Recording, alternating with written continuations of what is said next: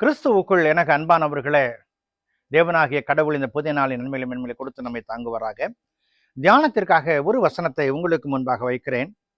துன்மார்க்கன் தான் வாங்கின அடமானத்தையும் தான் கொள்ளையிட்ட பொருளையும் திரும்ப கொடுத்துவிட்டு அநியாயம் செய்யாதபடி ஜீவ பிரமாணங்களில் நடந்தால் அவன் சாகாமல் பிழைக்கவே பிழைப்பான். என்ன ஒரு அற்புதமான வார்த்தை! ஒரு துன்மார்க்கன் துன்மார்க்கமாய் சம்பாதித்ததை, அவன் கொள்ளையிட்டதை அவன் திரும்பவுமாக கொடுத்துவிட்டு தான் நீதிமானாய் வாழ விரும்பினால் அவன் சாகாமல் பிழைக்கவே பிழைப்பான். அன்புக்குரியவர்களே, என்ன அற்புதமான வார்த்தை! இந்த வார்த்தையை கேட்கும் பொழுது, ஒரு சிறிய தவறை செய்துவிட்டால் நான் அந்த தவறை செய்துவிட்டேன் என்று சொல்லிவிட முடியும். அந்த தவறை திருத்திக் கொள்ளலாம் என்று சொல்லி நாம் மாற்றுவதற்கு மன்னிப்பு கேட்க முடியும். ஆனால் சமூகத்திலே மிக பெரிதான இழப்புகளை, தவறுகளை செய்த மக்கள் அதை திரும்பவுமாக சொன்னாலும் வேதம் என்ன சொல்லுகிறது, சமூகம் என்ன சொல்லுகிறது? அவன் குற்றவாளியே என்று சொல்லுகிறது. ஆனால் வேதத்திலே மட்டும்தான் சற்று வித்தியாசமாக அவன் சாகாமல் பிழைப்பான். 16வது வசனத்துல அவன் செய்த அவனுடைய எல்லா பாவங்களும் அவனுக்கு விரோதமாய் நினைக்கப்படுவதில்லை. இறைவனுக்கும் அரசுக்கும் ஒரு வித்தியாசமான நிலை உண்டு. அரசுக்கும் இறைவனுக்கும் வித்தியாசமான நிலை உண்டு. அரசு சட்டத்தை பார்க்கும், ஆனால் இறைவன் கிருபையை பார்க்கிறார். கிருபையை அரசாங்கம் பார்த்தால் எப்படி இருக்கும் என்று சொல்ல முடியவில்லை, அது செய்ய வேண்டிய காரியங்கள்ல. ஆனால் இறைவனுடைய பண்பு கிருபை. ஆகவே அவர் அதை காண்பிக்கிறார். ஆகவே தான் இங்கே சொல்லுகிற ஒரு அற்புதமான வார்த்தை, துன்மார்க்கன் தான் வாங்கின அடமானத்தையும் தான் கொள்ளையிட்ட பொருளையும் திரும்ப கொடுத்து விட்டு அநியாயம் செய்யாதபடி ஜீவ பிரமாணங்கள் நடந்தால் அவன் சாகாமல் பிழைப்பான். அன்புக்குரியவர்களே, மனஸ்தாபப்படுதலும் மனம் திரும்புதலும் இதில் அடங்கியிருக்கிறது. தன்னுடைய தவறை உணர்ந்து திருந்தி மனஸ்தாபப்பட்டு வருகிற ஒரு நிலை. அப்படி வரும்பொழுது வெற்றியின் காரியங்கள். அருமையான பிரசங்கியார் டிஎல் மூடி அவர்களிடத்துல ஒரு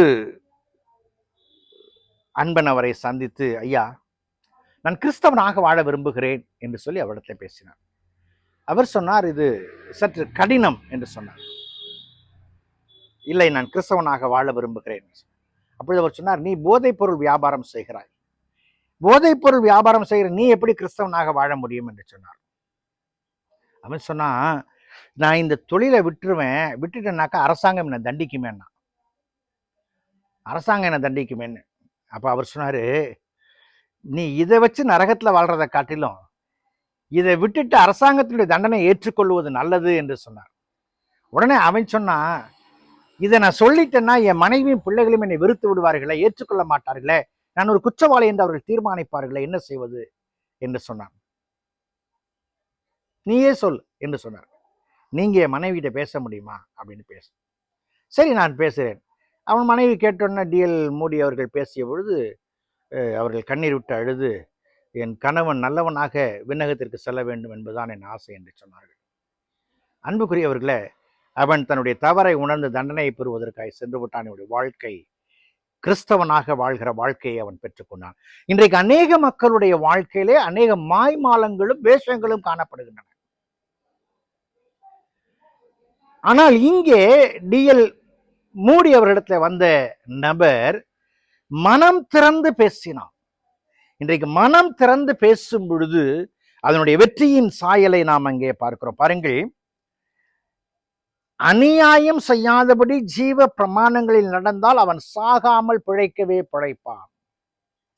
இம்மைக்குரிய தண்டனையை பெற்றாலும் கூட மறுமையிலே நித்தியத்தை அடைகிறவனாய் அவனுடைய வாழ்க்கை காணப்படும்.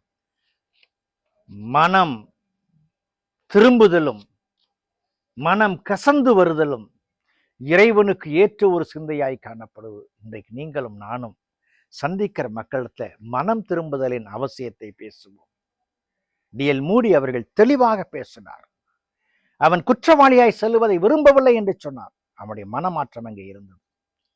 இன்றைக்கு நாம் சிந்திப்போம், நம்மிடத்துல இப்படிப்பட்ட அழுத்தங்கள் காணப்படுகிறது என்று சொன்னார். ஆண்டவரே, என்னுடைய குறையை, என்னுடைய சீர்கேட்டை, என்னுடைய தவறுகளை நான் அடமானம் பெற்றதை நான் வெளியே சொல்லுகிறேன், நான் மனம் மாறுகிறேன் என்று சொல்லி வரும் பொழுது வெற்றியின் வாழ்க்கை நிச்சயம் உண்டு. கடவுள் உங்களை ஆசீர்வதிப்பார். ஜெபம் செய்வோம். பரிசுத்தமும் கிருபையும் நிறைந்த நல்ல ஆண்டவரே, இந்த நாளுக்காய் இந்த விடைக்காய் நன்றி செலுத்துகிறோம். அன்பின் கரங்களை எங்களை தாழ்த்துறோம் சாமி. தவறான பாதையிலே நித்தியத்தை நம்பிக்கொண்டிருக்காதபடிக்கு சரியான பாதையில் நித்தியத்துக்கு அடியெடுத்து வைக்க உதவி செய்யும். ஆசீர்வதியும். இயேசுவின் ஜெபிக்கிற ஜெபங்கள் பிதாவே, ஆமென்.